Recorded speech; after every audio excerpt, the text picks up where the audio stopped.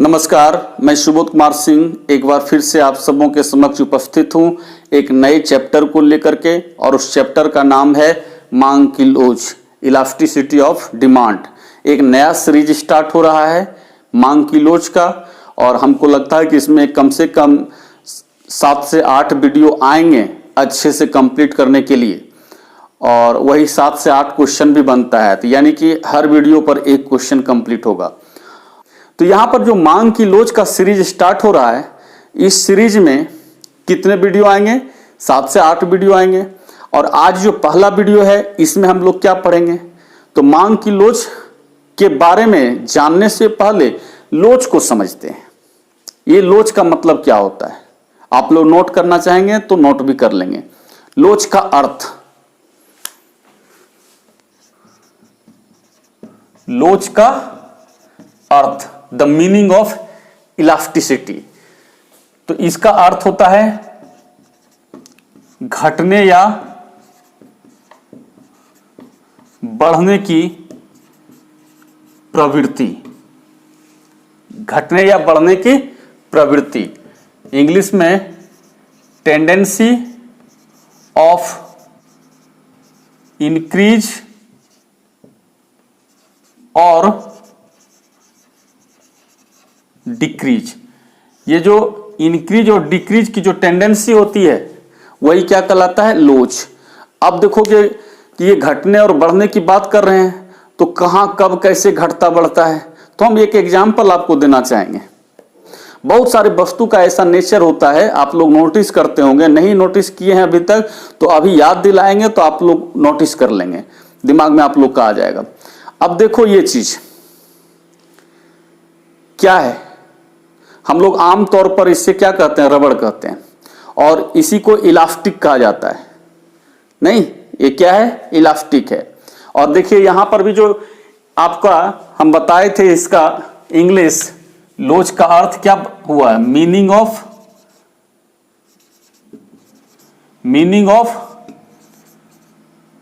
Elasticity, यही ना? तो ये इलास्टिसिटी किससे बना है? इलास्टिक से ही बना है। बहुत जगह इलास्टिक भी रहता है, इससे भी काम चल सकता है। तो यहां पर मीनिंग ऑफ इलास्टिक, तो इसी का मीनिंग, तो इसको इलास्टिक क्यों कहा जा रहा है? क्योंकि इस चीज में घटने या बढ़ने की प्रवृत्ति है। घटने या बढ़ने की प्रवृत्ति अपने आप नहीं होता है, किसी कारणवश होता है। जैसे देखिए, आप ऐसे इसको देख रहे हैं, ये अपने जगह पर है, अपनी अवस्था में है, हम इसको खींचे, कारण क्या रहा इसमें परिवर्तन का? खींचे हैं, ताकत लगाए हैं, और वो जो खींचे हैं, ताकत जो लगाए वो हटा लें, तो पुनः ये क्या होगा? अपने अवस्था में आ जाएगा, लौट गया। फिर इसमें एफर्ट लगाएंगे, फिर परिवर्तन होगा, उस एफर्ट को खत्म करेंगे, पुनः अपने अवस्था में आ जाएगा। तो ये कहलाया आपका लोच। अब कुछ ऐसे चीज होते हैं जिसमें एफर्ट लगाएं, जैसे ये चीज देख रहे हैं पेज, अगर हम इसमें एफर्ट लगाएं परिवर्तन आएगा, लेकिन फिर वापस अपनी अवस्था में नहीं जाएगा। नहीं, कोई छड़ी है बांस का, हाँ, बांस में कभी कभी आप देखिएगा कि ऐसे झुकाते हैं, झुक जाता है, और फिर छोड़ते हैं तो वो अपनी जगह में आ जाता है, तो उसमें भी इलास्टिक है। लेकिन कुछ कुछ ऐसे होंगे जो अपने जगह पर होता है, और उसको थोड़ा सा टेढ़ा कीजिएगा, ताकत लगाइएगा, वो टूट जाएगा। तो इसका मतलब क्या है? कि उसमें लोच नहीं है। तो किसी चीज में लोच होता है, किसी चीज में लोच नहीं होता है। हाँ, जब हम लोच की भी बात कर रहे हैं, जिसमें लोच है तो किसी में कम होता है, किसी में ज्यादा होता है। तो जैसे देखिए इसमें लोच देख लिए, हम जितना एफर्ट लगा रहे हैं कहीं उससे ज्यादा इसमें आप परिवर्तन को देख रहे हैं, इसका मतलब है कि इसमें ज्यादा लोच है। लेकिन एक दूसरा आइटम लेते हैं, ये देखिए इसमें भी परिवर्तन आया, लेकिन आप वहां घर बैठे आप इसका अनुमान लगा सकते हैं कि जितना सर इसमें एफर्ट लगा रहे हैं, जितना ताकत लगा रहे हैं, उतना इसमें परिवर्तन नहीं आ रहा है, खास करके इसके कंपैरिजन में। तो इसका मतलब है कि इसमें ज्यादा लोच है और इसमें कम लोच है। ठीक, अब इसमें देखिए ताकत लगाए, कोई चेंजिंग आ रहा है? नहीं आ रहा है। अब बहुत ज्यादा ताकत लगा देंगे तो हो सकता है चेंजिंग आए इसमें, लेकिन पुनः अपनी अवस्था में ये लौट के नहीं आएगा। इसका मतलब है कि इसमें बिल्कुल लोच नहीं है, जीरो है लोच, ये बेलोच है। बेलोच में भी क्या कहेंगे, पूर्णतः बेलोचदार है ये, एक जरा सा इसमें लोच नहीं है। तो कई ऐसे वस्तु होते हैं जिसमें घटने बढ़ने की प्रवृत्ति होती है और कई ऐसे वस्तु होते हैं जिसमें घटने बढ़ने की प्रवृत्ति नहीं होती है, किसी में कम किसी में ज्यादा, इसको आगे समझेंगे। लेकिन फिलहाल क्वेश्चन उठता है कि सर आप जो चैप्टर स्टार्ट किए हैं मांग की लोच, इलास्टिसिटी ऑफ डिमांड, तो मांग से इसे कैसे हम कनेक्ट करेंगे? तो भाई इसी अवधारणा पर, इसी विश्लेषण पर, जैसे हम बताए कि इसमें परिवर्तन हुआ किस कारणवश, ताकत लगाने के कारण, खींचने के कारण परिवर्तन हुआ, तो इसका मतलब इसमें लोच है। इसमें कम हुआ था, कम लोच है। तो मांग को भी हम इसी के आधार पर लेकर के चलेंगे, मांग की लोच की व्याख्या इसी के आधार पर किया जाएगा, क्योंकि मांग में भी परिवर्तन आता है और अपने आप मांग में भी परिवर्तन नहीं आता है। जिस तरह से अपने आप इसमें परिवर्तन नहीं आ रहा है, ताकत लगाने से परिवर्तन आ रहा है, उसी प्रकार मांग में भी परिवर्तन किसी कारणवश होता है, स्वतः परिवर्तन नहीं आता है। अगर कहीं आता है तो हम उसको अपवाद में डाल देंगे। जैसे तो वस्तु भी कुछ ऐसा होता है जो अपने इधर उधर होगा। आप देखेंगे पेंडुलम बिना कोई ताकत का इधर उधर होते रहता है, तो वो एक्सेप्शन है। बाकी एफर्ट लगाते हैं तभी परिवर्तन होता है एक जगह से दूसरे जगह। आप लोग तो विज्ञान में भी पढ़े होंगे इस चीज को। तो इसी आधार पर हम मांग की लोच की व्याख्या करेंगे। मांग में भी परिवर्तन अपने आप नहीं आता है, किसी कारण से आता है। हां, कारण कई हो सकते हैं मांग में परिवर्तन। कीमत के कारण भी आता है। यदि कीमत के कारण मांग में परिवर्तन आया तो वहां पर जो लोच निकालेंगे वो मांग की कीमत लोच कहलाएगा, प्राइस इलास्टिसिटी ऑफ डिमांड कहलाएगा।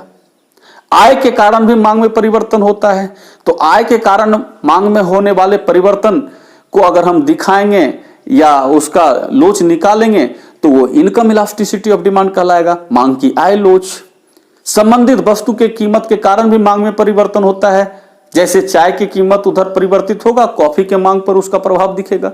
तो भाई चाय के कीमत में जो परिवर्तन हुआ उसके कारण कॉफी के मांग पर कितना प्रभाव पड़ा, उसके मात्रा में जो परिवर्तन आएगा तो वहां पर जो लोच का हम कैलकुलेशन करेंगे तो क्या कहलाएगा, क्रॉस इलास्टिसिटी ऑफ डिमांड कहलाएगा, मांग की आड़ी लोच कहलाएगा। क्योंकि हम लोग पढ़े थे आड़ी मांग क्या है, जब एक वस्तु के कीमत के कारण दूसरे वस्तु की मांग प्रभावित होता है तो उसे हम क्या कहते हैं, आड़ी मांग कहते हैं। आप लोग थोड़ा सा डिमांड सीरीज को बहुत अच्छा सा अप टू डेट कर लीजिएगा, क्योंकि उसकी जरूरत, ये जो सीरीज स्टार्ट हो रहा है इलास्टिसिटी ऑफ डिमांड का, इसमें भी जरूरत पड़ेगा। सप्लाई भी समझने में आपको सहूलियत होगी, इलास्टिसिटी ऑफ सप्लाई को भी समझने में सहूलियत होगी। एक कनेक्टेड है सब टॉपिक एक दूसरे से, और जब मार्केट में जाएंगे तो वहां भी जरूरत पड़ेगा। यानी पूरा माइक्रो, पूरा पार्ट ए का क्या है, बैकबोन है कौन, डिमांड। इसलिए डिमांड बहुत अच्छा से आप लोग का कंप्लीट होना चाहिए, पूरे कंसेप्ट आप लोग कंप्लीट रखेंगे। अभी हम लाइव नहीं आ पा रहे हैं क्योंकि थोड़ा सा नेट का प्रॉब्लम है। आजकल हम 2 दिन से ट्राई कर रहे थे, हमको लगता है इसके लिए ब्रॉडबैंड वगैरह पर जाना पड़ेगा। तो खैर वो बाद वाली बात है, देखेंगे 1-2 दिन में सॉर्ट आउट करेंगे। जब हम लाइव क्लास में आएंगे तो जो इम्पोर्टेंट चीज होता है उसका हम रिवीजन लाइव क्लास में कराएंगे, ताकि आप कमेंट के द्वारा आप हमको भी सूचित कर सकें कि हाँ आप कहाँ फंस रहे हैं और कहाँ आपको कंसेप्ट थोड़ा बेहतर करवाने की जरूरत है। तो वो देखेंगे, लेकिन फिलहाल जो अभी हम क्लास को आगे ले जा रहे हैं उस पर गौर कीजिए। तो कीमत के कारण भी मांग में परिवर्तन होगा। जैसे देखिए, एक कीमत ले लिए और मांग ले लिए। कीमत 5 है, मांग 10 है। अब कीमत बढ़ करके 5 से 8 हो गया, कीमत बढ़ गया। अब बताइए मांग घटेगा कि बढ़ेगा, घटेगा। तो कीमत के कारण मांग में परिवर्तन हुआ। देखिए मांग का नियम केवल इतना बताता है कि कीमत में परिवर्तन होता है तो मांग में भी परिवर्तन होता है, वो भी क्या, विपरीत दिशा में, यानी कीमत बढ़ेगा तो मांग घटेगा। कीमत कितना बढ़ा और मांग कितना घटा इसकी कोई व्याख्या मांग के नियम में नहीं होता है। मेरा एक वीडियो आएगा इसके बाद, आज के वीडियो में सब चीज नहीं ला पाएंगे, तो वहां पर हम डिफरेंस बता देंगे कि मांग के नियम और मांग की लोच का डिफरेंस क्या है। और यदि आज का टाइम मिला तो आज ही हम बता देंगे कि मांग के नियम और मांग की लोच में क्या डिफरेंस है। तो यहां पर कीमत बढ़ा, मांग घटा, आप क्वांटिटी देख रहे हो, लेकिन ये कीमत में परिवर्तन के कारण मांग में कितना परिवर्तन हुआ, कम परिवर्तन हुआ कि ज्यादा परिवर्तन हुआ, बताओ आप लोग। ये 5 से 8 हुआ, ये 10 से 5 हुआ, तो कीमत के कारण मांग में परिवर्तन ज्यादा हो रहा है या कम हो रहा है, बताओ। मैं टाइम लेता हूं यहां पर, आप लोग जो सोचेंगे वो दिमाग में रखिएगा कि हमने क्या सोचा और सर फिर आगे जाकर के क्या बताए। बहुतों के दिमाग में आ गया होगा कि ये भाई 5 से 8 हुआ तो इसमें 3 का परिवर्तन हुआ, और ये 10 से 5 हो गया तो इसमें 5 का परिवर्तन हो रहा है। इसका मतलब क्या है कि कीमत का मांग पर ज्यादा प्रभाव पड़ रहा है, यानी कि ये अधिक लोचदार है। You are wrong. अगर आप ऐसा सोचते हैं तो आप गलत हैं। इसका एक बाकायदा फॉर्मूला आएगा, उस फॉर्मूला पर हम कैलकुलेट करके देखेंगे। इलास्टिसिटी ऑफ डिमांड का फॉर्मूला जो है, जो सूत्र है, उस पर हम इसको कैलकुलेट करेंगे और तब देखिएगा जो वैल्यू आएगा उस वैल्यू के आधार पर हम आपको बताएंगे कि ये लोचदार है कि बेलोचदार है, यानी अधिक लोचदार है कि कम लोचदार है। कोई ऐसे जज नहीं कर पाएगा। तो देखते हैं कैलकुलेशन करके। ईडी का जो फॉर्मूला होता है वो होता है delta Q by delta P. हालांकि इसकी व्याख्या हम आगे जाकर के फिर करेंगे, लेकिन अभी आपको फर्स्ट वीडियो में ही इलास्टिसिटी ऑफ डिमांड का एक जो थीम है, जो एक कंसेप्ट है, उसको समझेंगे। तो देखें, delta Q by delta P into P by Q, ये फॉर्मूला है। तो इसमें क्या करना है, आपको डेल्टा क्यू निकाल लेना है। तो डेल्टा क्यू कैसे निकलेगा, तो इसमें एक चीज ध्यान में रखिएगा आप लोग कि जो पहला कीमत है वो P है, और जो नया कीमत है जो बढ़ा था वो P1 है। फर्स्ट प्राइस को क्या कहेंगे P, और न्यू प्राइस को क्या कहेंगे P1।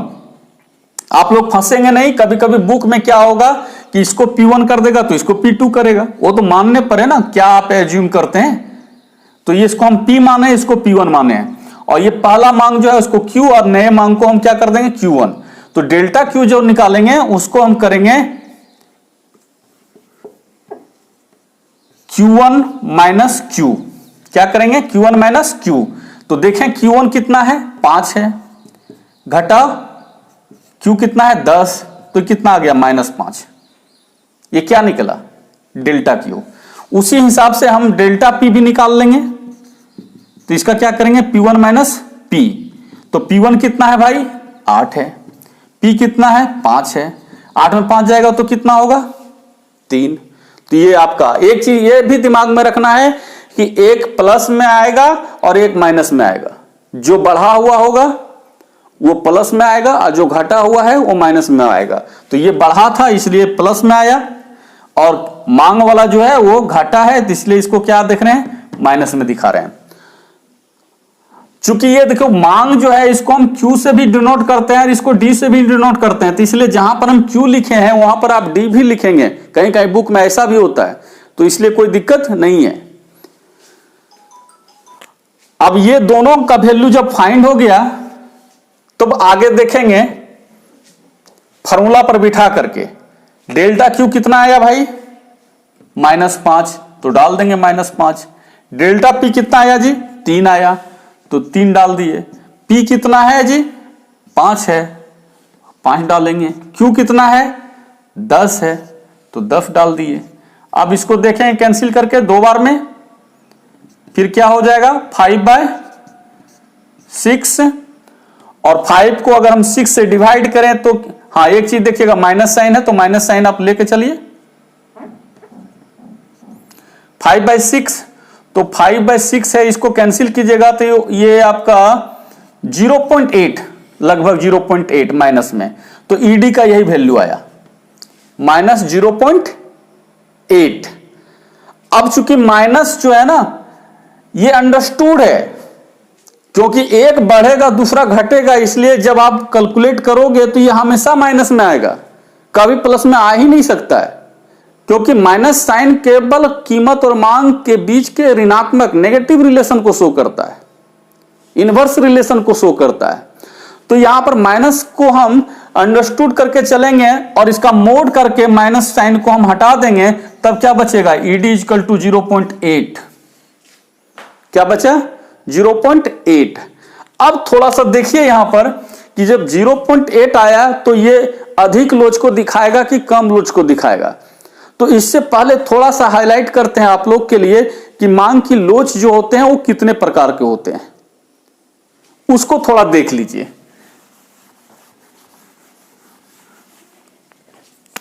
एक तो होता है ईडी इक्वल टू इंफिनिटी हो सकता है, दूसरा ईडी इक्वल टू 0 हो सकता है, तीसरा ईडी इक्वल टू 1 हो सकता है, चौथा ईडी इक्वल टू इंफिनिटी हो सकता है, सॉरी इंफिनिटी हो चुका है, ईडी ग्रेटर देन 1, पांचवा ED less than 1, ED infinity, ED 0, ED 1, ED greater than 1, ED less than 1। अब यदि यहां पर देखें ईडी बराबर 0.8 जो आ रहा है, तो ये पांचों में से किस कैटेगरी में आता है, आप लोग तब तक सोचिए। और इसका मैं हिंदी बता दूं कि ईडी बराबर इंफिनिटी है तो इसको हम क्या कहेंगे, इसको कहेंगे पूर्णतः लोचदार। क्या कहेंगे भाई, पूर्णतः लोचदार कहेंगे। और इंग्लिश में बात करें तो इसको कहेंगे परफेक्टली इलास्टिक। ये क्या हो गया, परफेक्टली इलास्टिक। और इसकी जब बात करें ईडी बराबर 0 तो इसका जस्ट उल्टा, यानी कि ये हो जाएगा आपका पूर्णतः बेलोचदार, यानी कि परफेक्टली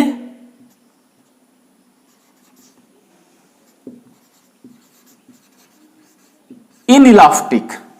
और इसकी बात करें तो इसको कहेंगे समलोचदार।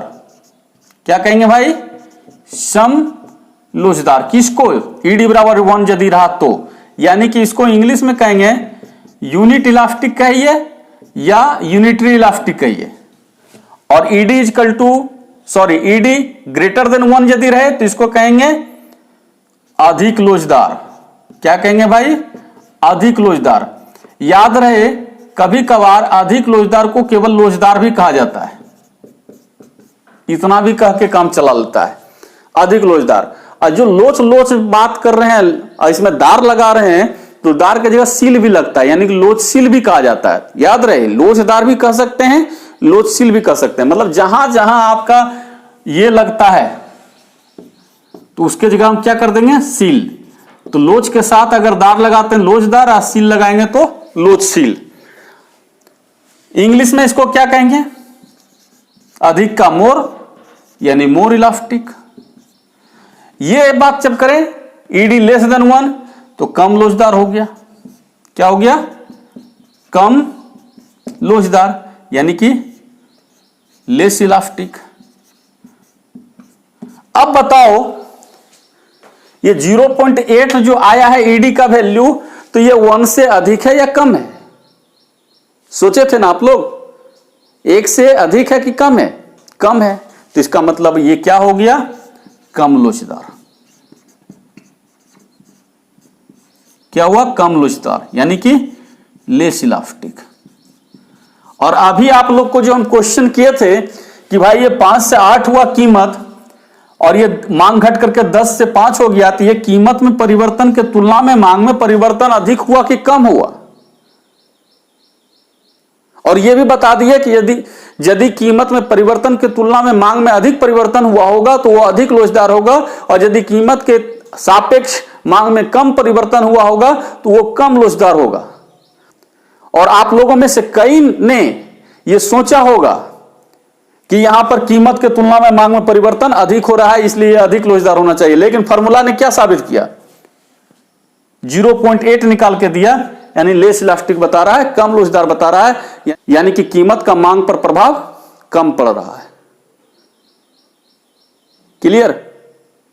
और यह भी इसमें जानेंगे कि कैसे वस्तु का मांग इस प्रकार का होगा, किस प्रकार के वस्तु का मांग इस प्रकार का होगा, किस वस्तु का मांग इस प्रकार का होगा, किस वस्तु का मांग इस प्रकार का होगा। वस्तु के नेचर पर डिपेंड करेगा यह सब चीज। अब एक एग्जांपल आपको दे दें, आप फल खरीदने जाओ, वो आपको सस्ता में मिले, यानी उसका कीमत कम रहेगा, तो उसका मांग क्या करोगे? ज्यादा करोगे, यानी कि कीमत का मांग पर प्रभाव दिखेगा। अधिक प्रभाव भी दिख सकता है। जहां आप आधा केजी सोचे थे वहां 1 केजी लेकर के आ सकते हैं, जहां 2 केजी सोचे थे वहां पर 4 केजी लेकर के आ सकते हैं। कब? यदि फल सस्ता होगा तो। वहीं पर नमक का रेट घट जाए, चावल का रेट घट जाए, तो जिस अनुपात में फल के कीमत में कमी होने से आपने फल का मांग बढ़ा दिया, क्या उसी अनुपात में चावल का, आटा का, नमक का, मसाले का भी मांग बढ़ा दीजिएगा? फल सस्ता हो गया तो हम 1 टाइम की जगह पर हम 3 टाइम खाएंगे फल को, उसका मांग बढ़ाना एक कारण बन सकता है। लेकिन चावल को भी क्या कीजिएगा, वो सस्ता हो जाएगा तो 1 टाइम की जगह पर 3 टाइम आप चावल खाने शुरू कर दीजिएगा। फल महंगा हो गया तो चलो 2, 4, 5 दिन नहीं भी खाएंगे तो कोई बात नहीं है, महीनों दिन फल नहीं खाएंगे तो काम चल जाएगा। लेकिन चावल महंगा हो जाएगा तो क्या कीजिएगा? महीनों दिन आप चावल नहीं खाइएगा। चावल तो आपको खाना ही पड़ेगा। हां, थोड़ा सा आप कम कर सकते हैं, लेकिन जितना कीमत बढ़ा उतना मांग को आप कम नहीं कर सकते हैं। तो इसका मतलब है कि फल के मांग पर कीमत का ज्यादा प्रभाव पड़ेगा। कीमत में परिवर्तन का फल के मांग पर ज्यादा प्रभाव पड़ेगा, इसलिए फल अधिक लोचदार हो जाएगा। और चावल के मांग पर कीमत में परिवर्तन का कम प्रभाव पड़ेगा, यानी कीमत बहुत अधिक भी बढ़ेगा तो भी हम उससे दूरी नहीं बना सकते हैं। और सस्ता हो गया तो उसको हम 4 दफा 5 दफा खाना शुरू कर देंगे चावल को ही, यानी कि 100 ग्राम के जगह आधा किलो चावल खाना शुरू कर देंगे, ये संभव नहीं है। लेकिन फल में जरूर हो सकता है कि 100 ग्राम फल खाते थे तो हम ½ केजी फल खा सकते हैं। It is possible. तो किसी वस्तु का मांग क्या होगा? कम लोचदार होगा। अब किसी वस्तु का मांग क्या होगा? अधिक लोचदार होगा। किसी वस्तु का मांग कम लोचदार होगा, किसी वस्तु का मांग अधिक लोचदार होगा। किसी का ऐसा भी हो सकता है, किसी का ऐसा भी हो सकता है, लेकिन ये सब ज्यादा मायने नहीं रखता है। ज्यादा करके मायने रखता है ये दोनों, चौथा नंबर और 5वां नंबर, अधिक लोचदार और कम लोचदार। 4 ठो ऑप्शन भी जब रहता है ना, 4 वस्तु दे देगा, नमक दे देगा, फल दे देगा, दूध दे देगा, मटन दे देगा, और कहेगा कि इसमें से कम लोचदार वाला कौन है। और याद रहे, जो कम लोचदार है, जैसे इसको लोचदार बोले तो ये कम लोचदार को बेलोचदार भी कह सकते हैं। इसका उल्टा, जब ये लोचदार हुआ तो ये बेलोचदार हुआ। तो जब आपके पास क्वेश्चन रहे कि बेलोचदार कौन है, बेलोचदार पता कीजिए और ए में दे दे नमक, बी में फल, सी में मटन और डी में दूध, और आपसे पूछा जाए कि इसमें से कौन बेलोचदार है, तो फिर आप अनुमान लगाइए कि बेलोचदार का मतलब होना चाहिए कि जिसके मांग पर बहुत कम प्रभाव पड़े या ना पड़े। कीमत बढ़ भी जाए तो भी हम उतने लें और घट जाए तो भी उतने लें, और थोड़ी अगर मात्रा घटे बढ़े भी तो बहुत कम। तो ये चारों में से नमक ही ऐसा वस्तु होगा जिसके मांग पर कीमत में परिवर्तन का प्रभाव सबसे कम पड़ेगा। क्योंकि स्वाभाविक है जी, 20 रुपए किलो नमक मिलता है, 2 रुपया किलो हो जाए तो क्या करोगे? जहां 1 चम्मच नमक डालने का वहां 5 चम्मच नमक डाल दोगे। नमक को हाथ में लेकर के जब मन तब खा लोगे? अरे उसकी जितनी मात्रा हम खपत करते हैं उतनी ही करेंगे, चाहे वो सस्ता मिले या महंगा मिले। कीमत का प्रभाव इसके मांग पर नहीं पड़ेगा। लेकिन फल की बात की है, वो सस्ता होगा तो सुबह में भी खा लेंगे, चलेगा बनेगा, दोपहर में भी खा लेंगे, शाम में भी खा लेंगे, 1 की जगह 2 खा लेंगे, 2 की जगह 3 खा लेंगे, वो हो सकता है।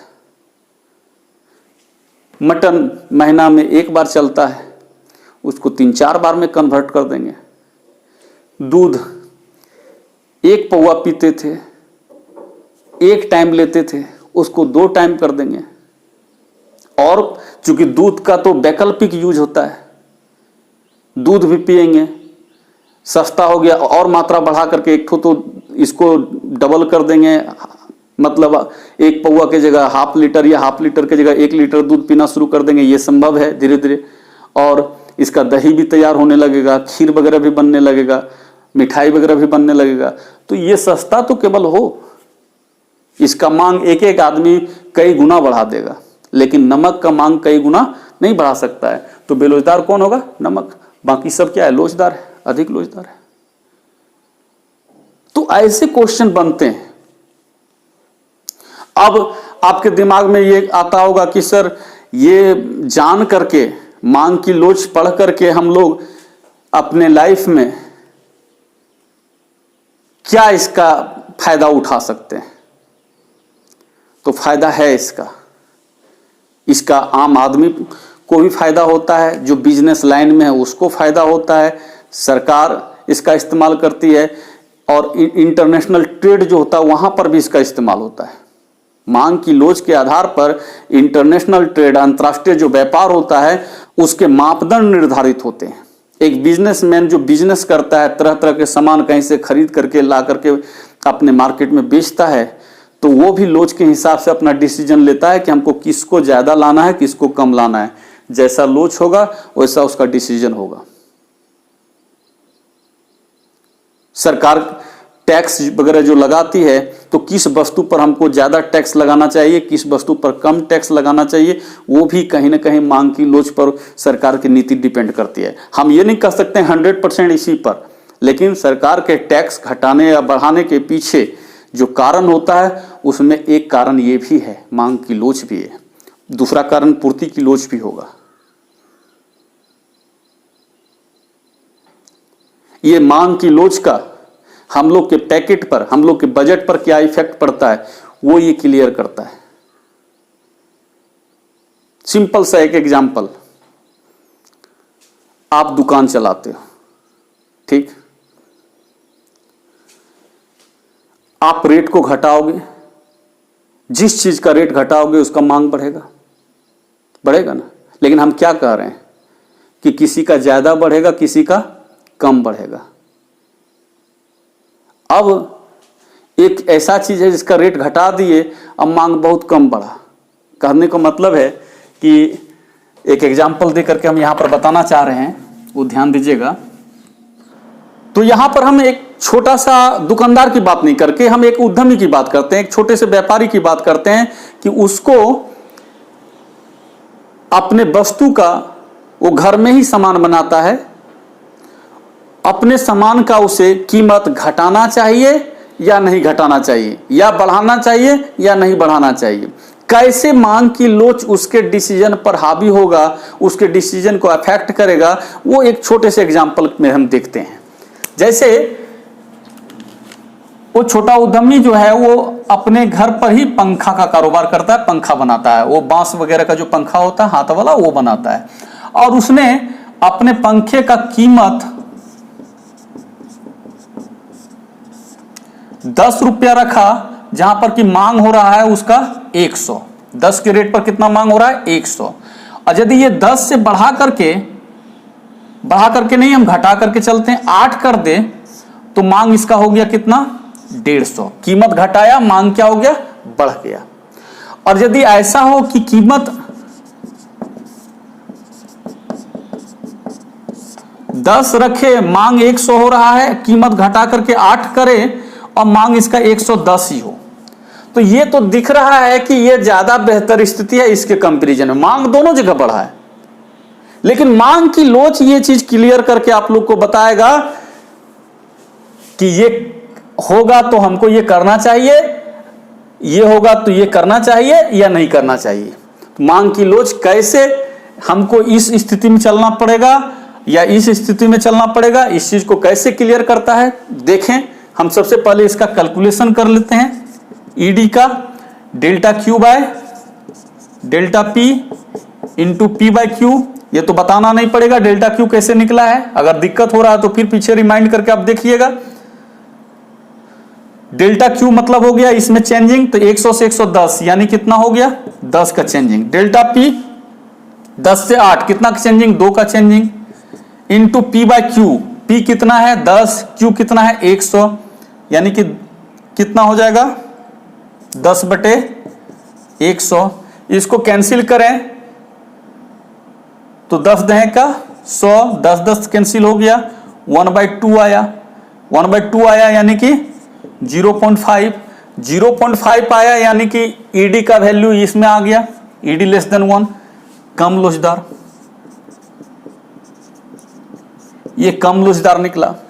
इसमें अगर हम आते हैं तो ED equal to delta Q by delta P into P by Q. Delta Q इसमें चेंजिंग कितना का 100 से 150 हुआ यानी 50 का, इसमें चेंजिंग कितना 2 का, पी कितना है 10, क्यू कितना है 100, 2 बार में कैंसिल हो जाएगा, ये 5 बार में हो जाएगा यानी कि 5/2 यानी कि 2.5 आया ईडी का वैल्यू, यानी कि इसमें आ रहा है अधिक लोचदार में, मोर इलास्टिक हो गया, ये अधिक लोचदार हो गया। क्या हो गया अधिक लोचदार। अब अधिक लोचदार वाला तो ऐसे भी प्रतीत हो रहा है कि अधिक लोचदार जब होता है तो ज्यादा अच्छा स्थिति है, कम लोचदार होता है तो कम अच्छा वाली स्थिति है। इसके अनुसार ये जो टेबल है इसके अनुसार, इस चार्ट के अनुसार। लेकिन हम यहां पर यह कहना चाहेंगे, मांग की लोच ये क्लियर करता है कि जिसका कम लोचदार निकले यानी 1 से कम इलास्टिसिटी ऑफ डिमांड निकले तो वैसे वस्तु का कीमत नहीं घटाना चाहिए, क्योंकि उसमें लॉस होता है। कैसे लॉस होता है तो देखिए, 10 के रेट पर 100 पंखा उसका बिक रहा था, तो यानी कि उसका रेवेन्यू कितना आ रहा था 1000। अब 8 हो गया और 110 बिक रहा है, तो इस हिसाब से उसका रेवेन्यू कितना आएगा 110 गुना 8, 088 यानी 880। अब बताओ 10 पीस पंखा भी वो ज्यादा बनाया, मेहनत भी ज्यादा लगा, समय भी ज्यादा लगा, मटेरियल भी ज्यादा लगा, रेवेन्यू तो घट गया। तो क्या वो बेवकूफी होगा ना जो कीमत घटाएगा? नहीं घटाएगा। और क्यों नहीं घटा, और नहीं घटाएगा तो यहां पर क्या हो रहा है कि इलास्टिसिटी ऑफ डिमांड क्या है, लेस देन 1 है। तो जिस भी वस्तु का elasticity of demand less than 1 हो, उस वस्तु का कीमत घटाना नहीं चाहिए, क्योंकि ये स्थिति हो जाती है, उसकी रेवेन्यू क्या हो जाती है, घट जाती है। लेकिन जिसका अधिक लोचदार निकलता है उसमें क्या होता है, कीमत घटाना चाहिए। क्यों घटाना चाहिए? देखिए 10 के रेट से 100 यानी कि 1000 रुपया आ रहा था, अब कीमत घटाया तो इस रेट से कितना हो गया 1200, 15 20 1200, तो 200 रुपया बढ़ गया रेवेन्यू। तो जब अधिक लोचदार हो तो इसका मतलब है कीमत घटाओ, क्लियर। और कम लोचदार हो तो कीमत नहीं घटाओ। और कीमत जब बढ़ाने की बात है तो अधिक लोचदार हो तो कीमत मत बढ़ाओ, और कम लोचदार हो तो कीमत बढ़ाओ। ये देखिए, एक आपको हम फर्स्ट वीडियो है, अभी हम कोई क्वेश्चन आंसर नहीं करवा रहे हैं, केवल ये समझना चाह रहे हैं और समझाना चाह रहे हैं आप लोग को कि मांग की लोच का किन किन परिस्थितियों में हमारी डेली लाइफ में यूज होता है। एक आम आदमी, एक बिजनेसमैन, सरकार, अंतर्राष्ट्रीय व्यापार, ये इसका कहाँ कहाँ कैसे प्रयोग होता है। इस आधार पर आपको अगर इसमें कोई दिक्कत होगा तो फिर जब लाइव रहेंगे तो लाइव क्लास में आप लोग क्वेश्चन कीजिएगा, जो भी इससे संबंधित डाउट होगा जरूर क्लियर करेंगे। तो आज मैंने कोई क्वेश्चन आंसर नहीं कराया, केवल एक कंसेप्ट जो मांग की लोच का है वो रखने का प्रयास किया। अगले वीडियो में हम आपको बताएंगे कि मांग के नियम और मांग की लोच में क्या अंतर है। ऐसे तो इतना जरूर बता देते हैं कि मांग का नियम क्या केवल बताता है कि कीमत बढ़ेगा तो मांग घटेगा और कीमत घटेगा तो मांग बढ़ेगा। कीमत घटने से मांग कितना बढ़ता है ये चीज नहीं बताता है मांग का नियम। लेकिन मांग की लोच बताता है कि कीमत घटने से मांग कितना बढ़ा, ज्यादा बढ़ा कि कम बढ़ा। यदि अधिक लोचदार निकल रहा है यानी ईडी का वैल्यू 1 से अधिक निकल रहा है तो इसका मतलब है कीमत में जितना परिवर्तन हुआ मांग की मात्रा में परिवर्तन उससे ज्यादा हुआ। और यदि ईडी का वैल्यू 1 से कम आता है यानी लेस देन 1 निकलता है, कम लोचदार होता है, तो इसका मतलब बताता है कि कीमत में परिवर्तन की तुलना में मांग में परिवर्तन कम हुआ। और यदि ईडी का वैल्यू 0 आया तो इसका मतलब है कि कीमत बढ़े या घटे मांग पर कोई प्रभाव नहीं पड़ रहा है। तो ये सब चीजें हैं जो मांग की लोच में हम लोग को आगे पढ़ना है। बहुत सारी चीजें निकल करके आएगी और हम उम्मीद करते हैं कि आप लोग जब भी वीडियो देखिए तो लास्ट तक देखिए और आप लोग को कुछ फीडबैक देना रहे तो जरूर कमेंट कीजिए। ये यूट्यूब पर कमेंट कीजिए, वो ज़्यादा अच्छा होता है। आप लोग व्हाट्सएप पर कर देते हैं तो उससे ज़्यादा है अच्छा कि आप लोग किस पर कीजिए, यूट्यूब के चैनल पर कीजिए। तो आज हम ज़्यादा बात नहीं करेंगे, इतना बता दिए आप लोग को। आगे हम लोग फिर मांग के नियम और मांग की लोच में क्या अंतर है वो देखेंगे। फिर मांग की लोच की जो श्रेणियां हैं पांचों, ये पांचों इसके बारे में विशेष विस्तार से जानेंगे। फिर मांग की लोच को कैसे मापते हैं, क्या क्या इसके मापने का सूत्र होता है, फार्मूला होता है, उस चीज़ को जानेंगे। और मांग की लोच का क्या इम्पोर्टेंस है उसको क्वेश्चन आंसर के रूप में करा देंगे। आज तो थोड़ा सा चर्चा केवल किए हैं। अगले वीडियो में आने वाले जो इलास्टिसिटी ऑफ डिमांड का जो सीरीज होगा उसमें आप लोग बने रहिएगा। लेकिन आज हमें तब तक आज्ञा दीजिए। धन्यवाद। जय हिंद, जय भारत।